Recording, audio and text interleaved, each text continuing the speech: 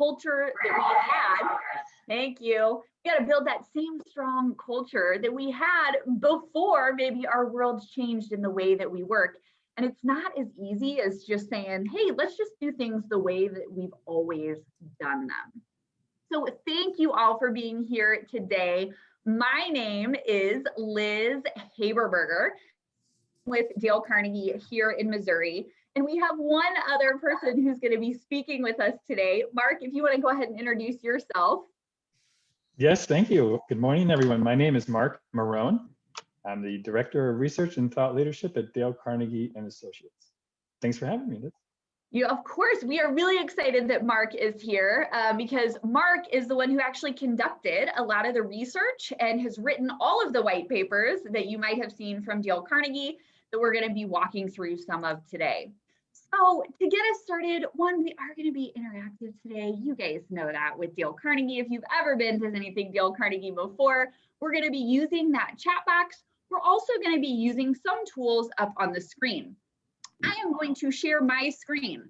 When I do that, it's going to make your screen look a little funky. If you want your screen to go back to that nice normal view, all you have to do is click anywhere on the screen. Just click somewhere on that slide and then hit the escape key. You click on that screen and then you hit the escape key, it'll take you back to that nice normal view where you have the participants and the faces and the chat open all in one. So go ahead and take a look up here on the screen. We've got 4 different objectives, things that we're going to be, I know that trick was worth the price of showing up for an hour-long Zoom, right? We've got 4 different objectives that we're going to be covering in the next 60 minutes. So take a look through those 4, and then let's drop back down to that chat and just give us a number, 1, 2, 3, or 4. Of those 4, which are you most excited about? Which one is the one that you said, like, if I could only hear one of those things, that's the one I'd really want to hear about? What is the one for you? Emily, Jada, and Jeanette, all on number 4. Looking at some research. Ooh, we have lots of number 4s, Mark. How do we increase trust in a hybrid workforce? Some 3s there. How do we assess that? Well, good news is we're going to cover all of these. We will be talking through all of these today. So whichever one really resonates with you, you will be able to get some tools to help us specifically in that area. Now, because we're here talking about hybrid workforce, we're going to start by simply just looking at some advantages. So take a look up here at some of the advantages that we have seen with either hybrid or work from anywhere work environments. As you see these, who would be willing? You can raise your hand. You have reactions down at the bottom of your screen. Go ahead and just raise your hands if you have seen one of these advantages for your organization in the last year.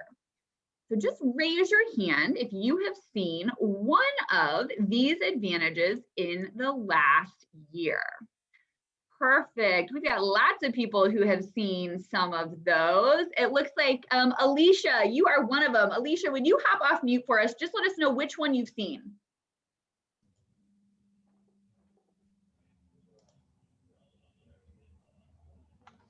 See, she wasn't expecting this. Alicia.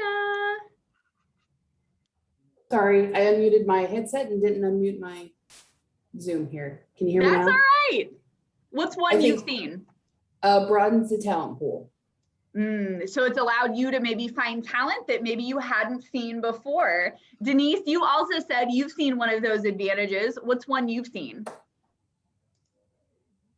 would say the enhanced productivity. I think people have figured out how to manage their time and their workload.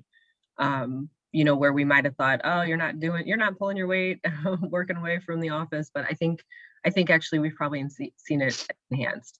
And then on the flip side, my guess is well, it's not my guess. We know there's also some disadvantages. So there's lots of advantages to this environment, but there's also some disadvantages.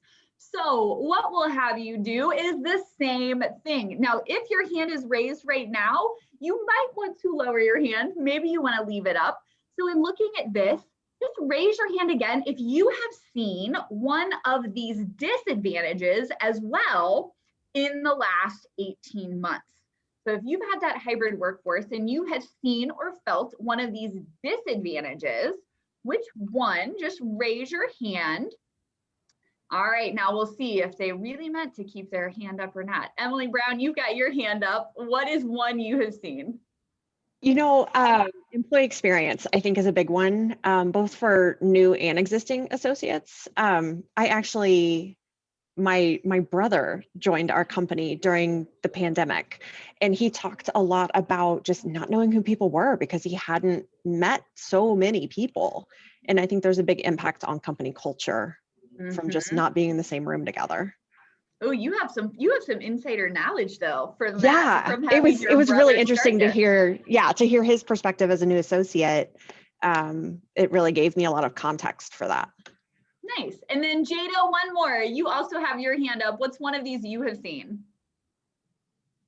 Good morning. I think similar to Emily, I onboarded during the pandemic, and I am so used to making strong connections, and I've had to be very intentional. And so we're looking at the impact to our culture because we've also made 2 acquisitions during this pandemic.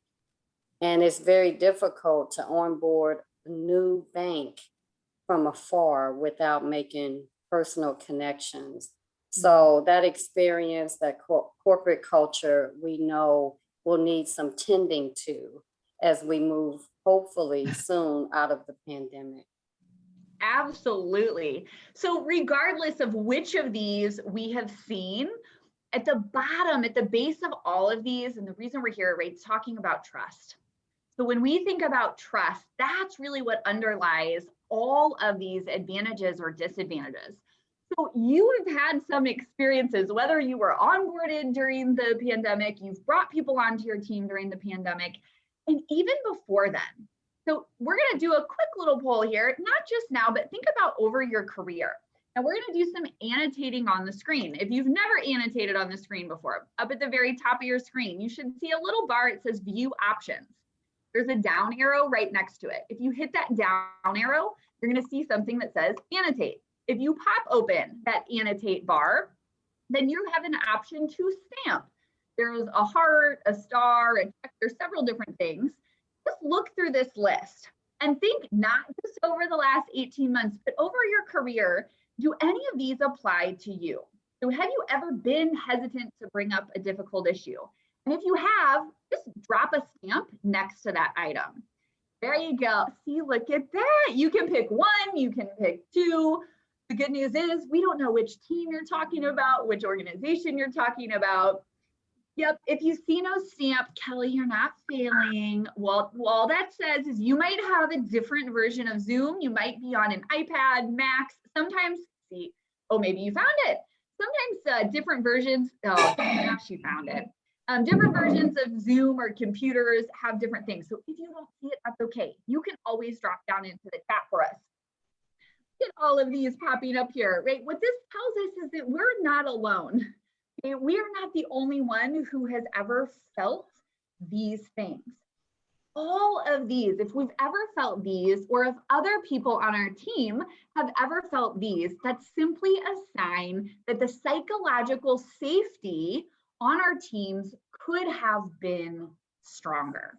So when we think about psychological safety really as a basis of trust, my guess is that a lot of us on this call here have heard about it.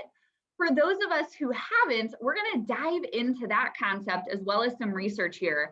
And to do that, who better to lead us in the research than Mark Marone? So Mark, I will kick it over to you to talk about psychological safety. Thanks, Liz. Yeah, so psychological safety, so what is it? Well, it goes back quite a few years. Amy Edmondson, some of you may be familiar with. If you're not, you can seek out her on LinkedIn and websites, but she's talked and studied and written a lot about psychological safety. Google and their Project Aristotle really found that the most effective attribute of teams is having psychological safety. So what is it? In essence, it really refers to that person's ability or person's perception of the consequences of taking an interpersonal risk. Will they be seen in a bad light or treated negatively or disrupted? Think about, for example, if you've ever been in a meeting and you're not really sure what the point of it is or what the project is that the rest of the team is talking about, you want to ask a basic question like, so what's the goal of this project? And it could be a valid question that may even be on the minds of others in the meeting, but do you really feel comfortable asking it? Or would others on the team feel comfortable asking that question? It really depends on if you feel safe doing so. And so this is what psychological safety is. And there are 4 stages or types of psychological safety, if you will. The first one really is inclusion safety, and that's feeling included and having that sense of belonging, that you're part of the team, that you're part of the organization, and there's a sense of security there because there's, again, that trust and the camaraderie and the collaboration. Then there's learner safety. This really refers to whether or not it's okay to experiment, to try new things. Does the organization tolerate risk? Do they provide initiative for people to fail fast, if you will, to experiment? Then there's contributor safety. Contributor safety is really whether or not you feel safe and that you're allowed to use the talents that you have for different projects. So do you feel safe and comfortable, for example, saying, hey, I can do this project, or let me help because I have this experience. And then there's challenger safety. And this is the one that we typically think about when we talk about psychological safety. Do people feel comfortable in challenging the status quo? Do they feel comfortable in saying to their leader and raising their hand and saying, wait a minute, I don't agree with this? And so these are the kind of things that we'll talk a little bit about when I introduce some of the research around why psychological safety is so important for different aspects of the organization. So we can think about assessing psychological safety, and this is a really important thing. And if you don't do this now, I encourage you to. And really, in the next slide, we'll see a series of items that really, if you ask your team members, is really a strong indication whether they agree or disagree with these statements. You get a really sense of the state of psychological safety in the organization or your team. And this is really, really important. And these are phrased in different ways. You can rephrase them to all negative or to all positive, but you get a sense for how they really assess the state of the culture as it is today. So if you make a mistake on the team, is it held against you? Members of the team can bring up problems and tough issues. People on the team sometimes reject others for being different. We saw some of this earlier. Is it safe to take a risk? Is it difficult to ask other members of your team for help? We see this sometimes in different organizations where people don't want to ask for help because it might make them feel like they're weak or that they don't know something, or they don't know something that they should know. And so think about some of these items and whether or not you're asking them today in your organization, and if not, should you be? So what does psychological safety really do for organizations? As we look at the 3 ways psychological safety improves performance. We talked about how performance is really, I think, improved in a hybrid workplace. And as we move from remote to hybrid or work from anywhere, it's going to be really important that managers are conscious and deliberate about ensuring that psychological safety is present so that it drives resilience, genuine inclusiveness. When we talk about diversity and inclusion, psychological safety as well enables organizational agility. And I'll introduce a little bit of our latest research that just came out around the importance of psychological safety for creativity and innovation, which is really important for all of us. So let's look at the research really quickly. So Dale Carnegie conducts all of our studies through primary and secondary ways. We conducted a study last year, and this just in April of this year, of 6,500 respondents in 20 plus countries across a range of industries and company sizes, really asking about what drives resilience, what is important for agile companies, how should they be structured, what are the interpersonal skills and the behaviors and attitudes that are so important for these types of things, creativity and innovation, which, as I mentioned, was the most recent study. So as we look at the individual things that we just mentioned, on the next slide, we'll see that psychological safety in general really isn't all that common, at least in our studies. In fact, just 25%, or 1 in 4, strongly agreed that people they work with are encouraged to express their opinions. So think about what your organization might be like if you were to survey it today. On the other hand, almost 40% are either neutral or disagree that leaders make it safe to experiment and learn from mistakes. So there's not that culture of risk taking for a majority of companies. There's not that culture of encouraging initiative. So let's look at those 4 factors that really, I think, are enabled and enhanced by psychological safety. And the first one, as I mentioned in the prior slide, is resilience. So what is resilience? Resilience is really that ability to bounce back from adversity. It's that ability to cope and recover and then learn from adversity or unfortunate circumstances or forces beyond our control. And of course, we've just been through this pandemic that's really required a resilient workforce. And our study looked at this from the individual, team, and organizational level. And so we have a white paper on this as well that you could find on our website, or Liz would be happy to point you to it if you're interested in learning more about resilience. But we found that highly resilient employees really are more likely to give their best effort, more likely to be engaged, free of serious stress on their job. So they're more able to bounce back and cope and recover and learn. And they have more positive attitudes. They have that changed mindset. And they're, as I mentioned, more actively engaged and satisfied with their company.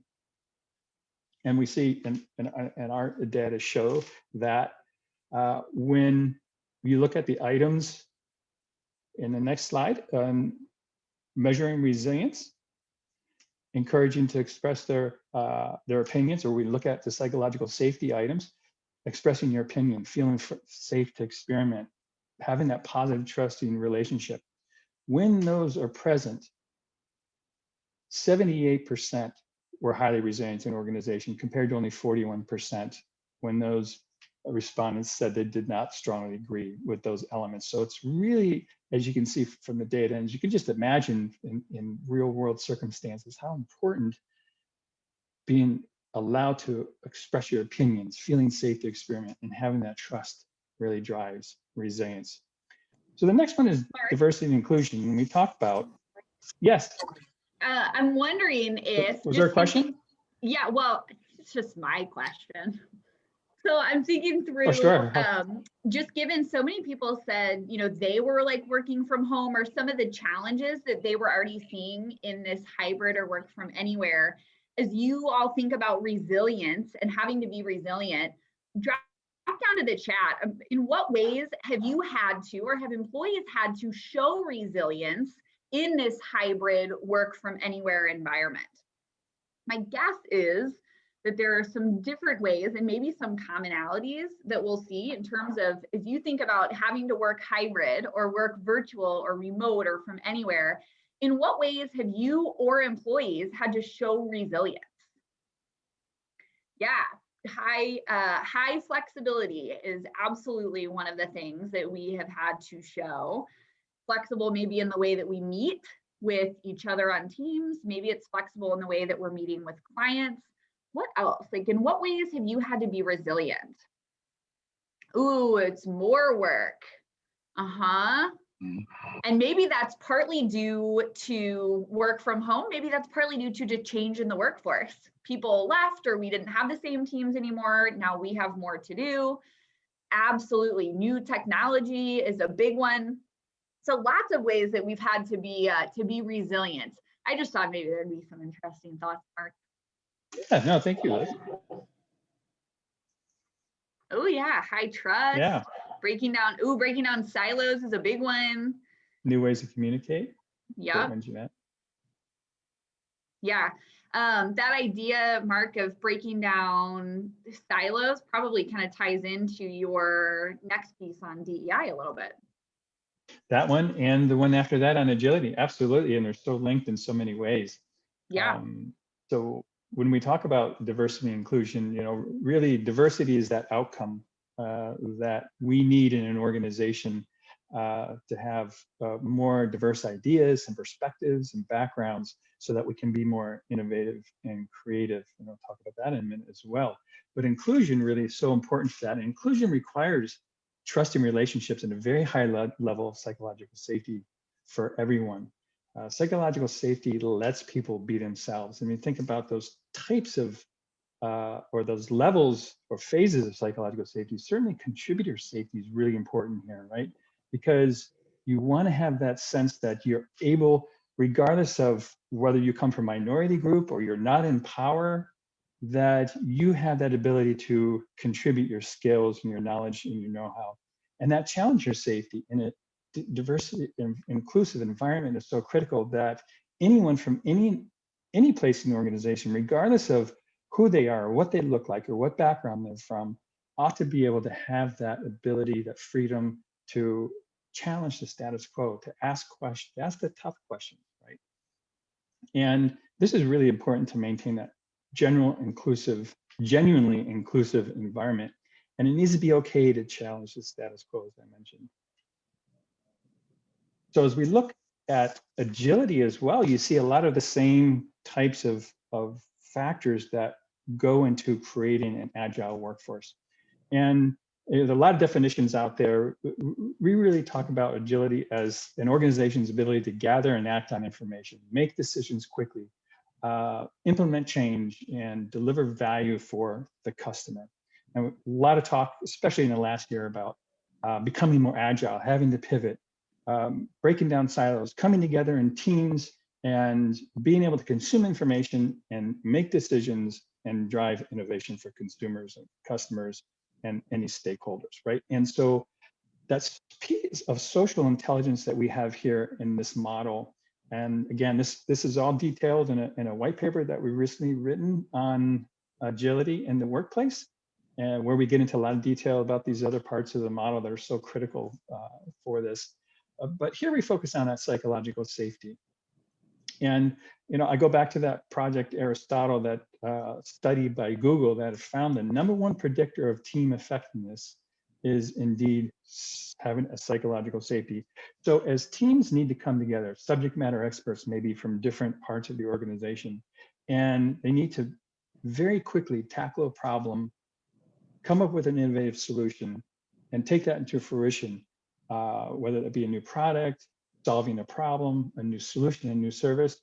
There must be, again, that psychological safety in that team environment for agile to exist. And it just seems so intuitive, of course.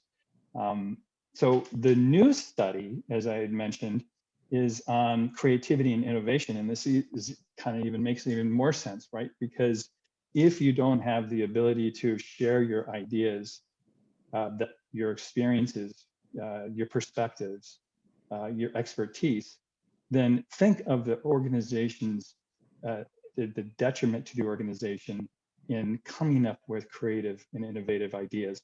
And so this is the 4 phases of creativity and innovation. So the idea generation, that's more or less the individual phase, where people kind of sit around and they come up with great ideas based on what they see needs to happen and the problems that need to be solved.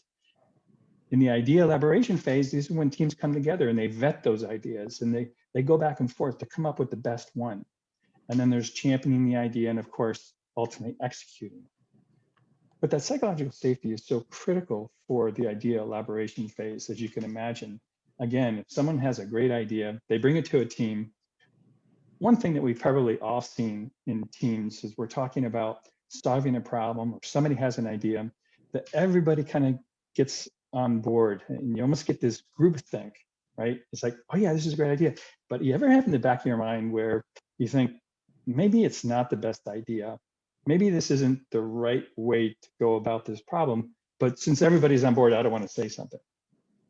And that's the time where psychological safety allows that team environment really to stop and say, if anybody has any doubts about this, express them now, because it's really important that we do come up with the best idea not that we're just coming up with one that everyone agrees with.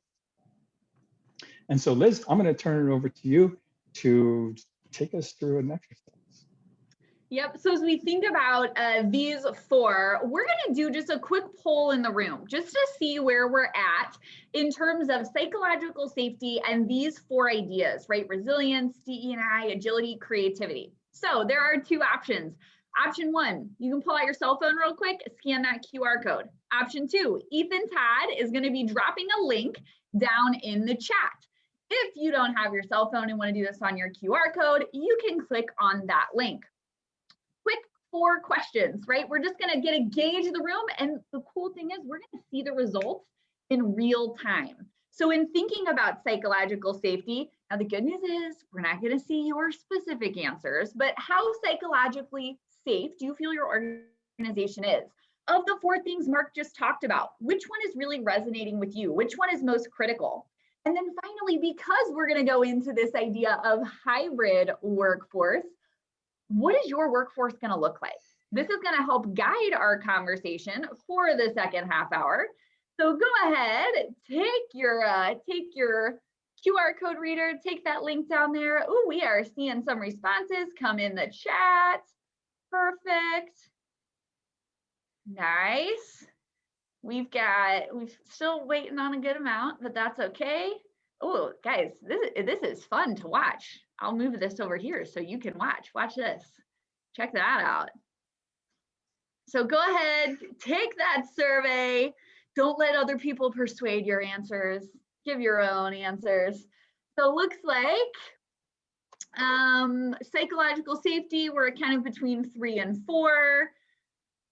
See, it just keeps changing. Where most of us are saying some of us will come back in the office, some will stay remote. That is by far the winner. The people here on this call, at least, looks like just almost half of us are really focused on resilience and agility as we move into, which would probably make sense, Mark, going into that some are going to come back, some are stay. How do we make that work going forward? Mm-hmm. Waiting on maybe just a couple more here. We'll see if they come in. So kind of interesting. It looks like only one of us says we are 100% in person right now. Some of us are still 100% remote. Most of us, it looks like maybe a couple say everyone's going to come back at some point. But 21 people said that at some point, some of us will come back in, some of us will stay remote. So kind of nice to see. It looks like creativity and innovation might be not the most critical for us right now. Maybe we're still trying to figure out how this some in the office, some at home will work. So in thinking through this and where you're at in terms of hybrid work, creativity, agility, resilience, what we're going to do in a moment is hop into a breakout. We're going to hop into a breakout. We're going to have probably 3-ish other people in our breakout, and we're simply going to have a quick discussion. So this breakout's going to be quick. It's just going to be 3 minutes. And as you think about the things we've talked about in your workforce, what do you see as some of the challenges or barriers to psychological safety? Now, your answers might be different than somebody else's, because maybe you are that person who says we're 100% in person.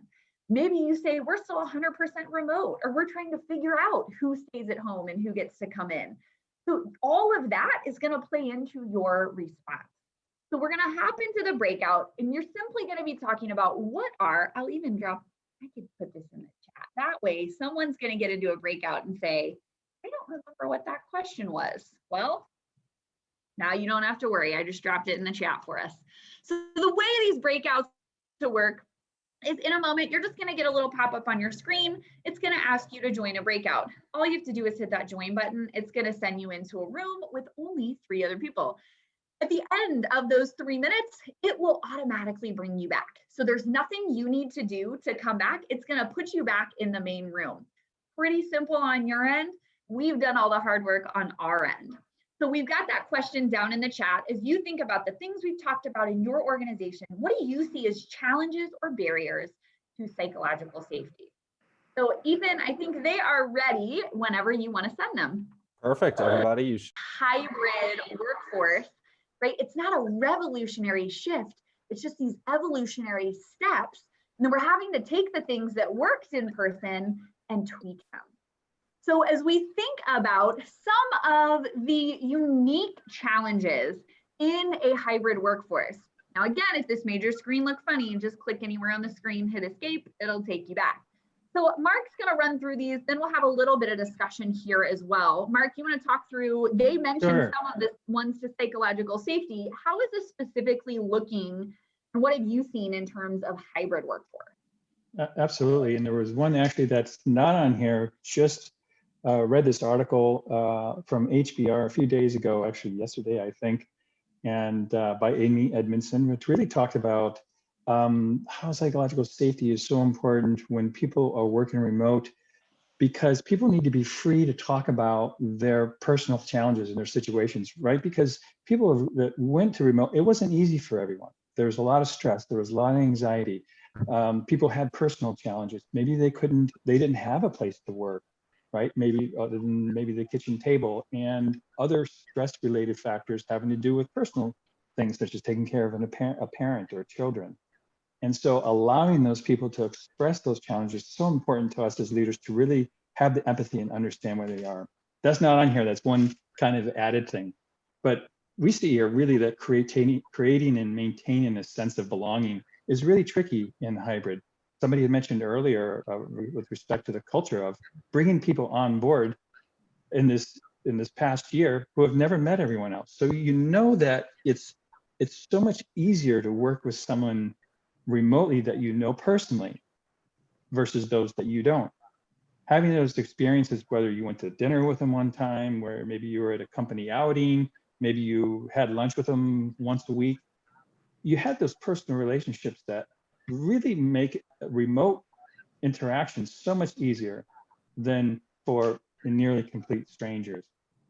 Providing informal opportunities for admitting mistakes and analyzing lessons learned. And this is really, really important because it can be difficult for leaders to model vulnerability when the team isn't physically and frequently together. It's difficult for them to admit mistakes in group situations, and it's just more difficult to have that learner safety, right?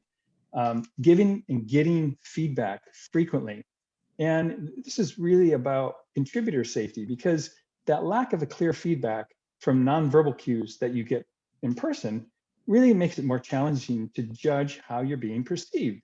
And speaking up about about different tasks could be daunting for many people. And so that learner safety is so important and so challenged here, I think, in the hybrid workplace. Getting and giving frequent feedback. Gosh, when you're in the office, you can talk to your boss almost every day. You can get immediate verbal feedback. You could say, hey, what do you think about this? We know that those communications have been minimized in time and in space to maybe 1 or 2 Zoom calls a week, or maybe just one group call. So you're not in an environment to get that immediate person-to-person feedback. Then encouraging people to speak up when power dynamics are unbalanced. So this is really about the challenger safety, encouraging people to speak up when maybe those who are live in the room appear to have more power or more authority, or they're there, so they're being listened to. Well, maybe you're remote and you somehow feel either that you don't have that same sort of level, that dynamic that you would have with those who are live.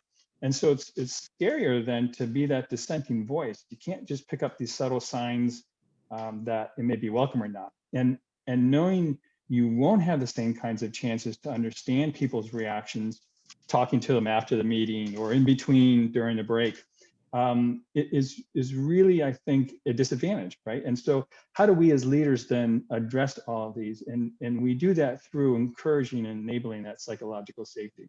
And so Liz, what are your thoughts on how we can close this to the group? So yeah, I think one of the key things that jumped out at me, Mark, is that you said it's not that we can't create this, right? It's not that it doesn't work and we can't do it. but we have to maybe do things differently than we've done before. We have to think about things differently than we've done before. We can do it. It might just take a little bit longer. It might take a different way of thinking or a different way of approaching some of these things that we've done in the past. So looking at maybe these 4 that Mark talked about, maybe you've seen another one in terms of building trust, maintaining that culture in a hybrid workforce. If these were numbered, which they're not, but let's just pretend that instead of bullets, it said 1, 2, 3, 4. Which of these 4 do you feel is a challenge that your organization really is seeing? And just drop that number in the chat. And if it's more than 1, you can give us more than 1 number. If it's something that's not on here, right? Mark added 1 at the very beginning. You can add 1 at 2. So let us know. So 314, I'm seeing a lot of 314. Yep, that sense of belonging is key. Getting and giving frequent feedback. I don't know about you, Mark. Mark talks to companies all over the globe on this stuff. We find that this was a struggle for people even before we were hybrid. Did you see that too on feedback? He's nodding his Yes, head. absolutely. Yeah, getting and giving. Yeah. I saw your nod. That was tough before, right? And then to Mark's point now, thinking about that nonverbal piece of getting feedback. I still remember talking to one organization and they said they just didn't do reviews this year because how could they expect their managers to know what was going on when they weren't in the office? And I thought, oh my gosh, you just said, well, guess we just won't do any feedback. It's just the way that we're doing these things has to change. And the way we do that is exactly using what Mark said. It's really creating a strong foundation of psychological safety, whether that's through DEI and inclusion efforts, whether that's through becoming more resilient or more agile to deal with some of these changes, the idea of creativity. I know I see lots of faces on here who I know are in organizations that are in growth mode right now. And so how do we consistently, right, create and innovate? It all goes back to psychological safety. We also know, right? Go ahead, Mark. No, I was going to say the foundation of all that, of course, is trust, right? And so whether you're in a full remote situation or you have employees who are remote or they come back, or if there's that trust, that mutual trust, then all of these issues, these challenges that we see can be overcome, right? And so just wanted to add that as well. Yeah. We do know that organizations are helping, right? Organizations can't just expect managers and leaders to just out on their own. Hey, you used to do it this way. Well, now you've got some people in, some people, I don't know, just keep doing what you're doing. So organizations are recognizing that this isn't, the honeymoon phase is over, right? Last April, we thought we can figure this out for 3 months. For, some of us were funny. We'll go home for a week and then we'll see what happens, right? The honeymoon phase is over though. Now we're in this long term and we really got to figure this out, and organizations have to help. They have to give their leaders the resources they need. So what are some ways we can start right now? First thing we can do, how psychologically safe is your team or our teams in your organizations? We will be sending these slides. We're actually going to be dropping them in the chat here in a moment, but go back to those questions Mark had up on that screen. These are great survey questions to ask your team. You can do it all anonymously, but get some idea of how psychologically safe are they. Then start doing some research, start learning, practicing these principles. And then we've got to keep a watchful eye, right? Look for, find, notice these instances. And then when we see instances where we could build more psychological safety, we've got to have some tools, resources, things we can do for our teams to help them be successful. So as we think about everything we have talked about today, we're going to be hopping into one final breakout before we come back, give you an opportunity to ask Mark some questions. So I just dropped 3 questions down in the chat. Ethan Todd is going to be dropping the slides from today. So if you'd like, you can pop open the PDF he's going to be dropping. You can look through some of those slides as well. What resonated with you today as we were running through this? What are the key points, the things that jumped out at you? Maybe there's 1 or 2 key things. Second, what's a thought or a question that you might have going forward? And third, maybe what's an insight an aha, something you're like, ooh, I didn't know that before, or that made me think differently. So we're going to be in these breakouts for just 4 minutes. So you get 1 more minute than what you did last time, Tree. So maybe you'll get to finish all your thoughts this time. 4 minutes. Yeah, we'll see, right? 4 minutes. We'll hop into these breakouts. Then we'll come back. You will have an opportunity. We'll do a couple minutes of Q&A, and then we'll wrap us up here. So with that, Ethan has got our breakouts ready to go. You guys get to decide which question you want to start with and where the conversation goes. We will see everyone back here in 4 minutes. For Mark. Thank you, Ethan. I forget about the recording. Awesome. All right, Carlos, you are up, sir. What question do you have? Okay, well, you know that we've been working on this in particular, but one of the questions that I have is when you see the evidence that people are waiting until they have their review or a coworker survey to be vocal about what they're feeling, how do we stimulate that confidence that they should do that every day, not just wait until they have a more formal opportunity to voice their concerns? Yeah, it's a great question, Carlos, and thank you for putting number 2 at the very beginning. Otherwise, I would have had to have left because I think you're one that wanted to see the research. No, I'm kidding. No, I mean, and that's all part of, I think, the way organizations are relooking at doing formal reviews. Really, I think gone is the day where people just do those annual reviews, and you sit down, you go through everything after you're filling out tons of paperwork and justifying your job and talking about everything that you've done. And at the very end, so tell me, what's the, what are you unhappy with? And I think what you see more progressive organizations, those that have really figured out, have become more psychologically safe, are really, I think, reaching out to their employees more often. And it's even more important, again, in this hybrid environment, that we truly, as leaders, have empathy for our people, because it's moving beyond just the employee in the workplace. It's now the employee and their personal life. It's the whole employee experience, not just employee engagement. And I think really providing the skills to our leaders and helping them and enabling them to have those more frequent conversations. Hey, where are you today? Understanding not just from a job performance standpoint, but from a mental standpoint and emotional standpoint. Are you happy with what you're doing? Do you have all the resources you need?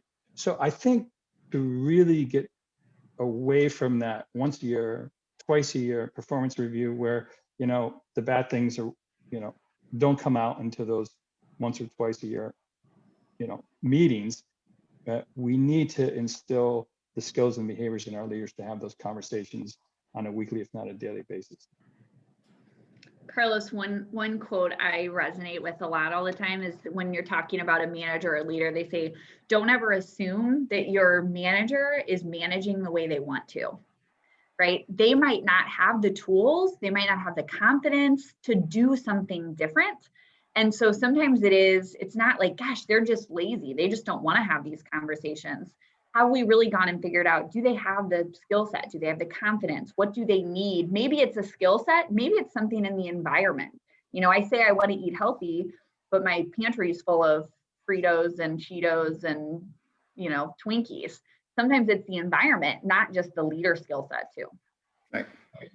One thing that we do. And I just posted.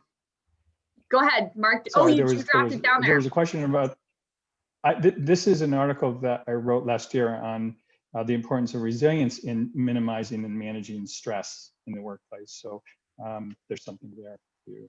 I think Thank you, Mark. Hopefully answers the question you had earlier. We got time for one final question. Who has it?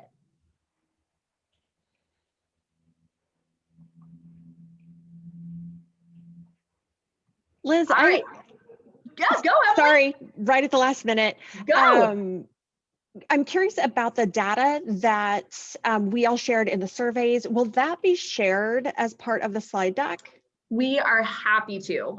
We'll just share those 3 graphs that I showed everybody, just so you'll see like the average of what people said, the keys, which key was most important, and then where people are working. Yes, we were awesome. Thank you.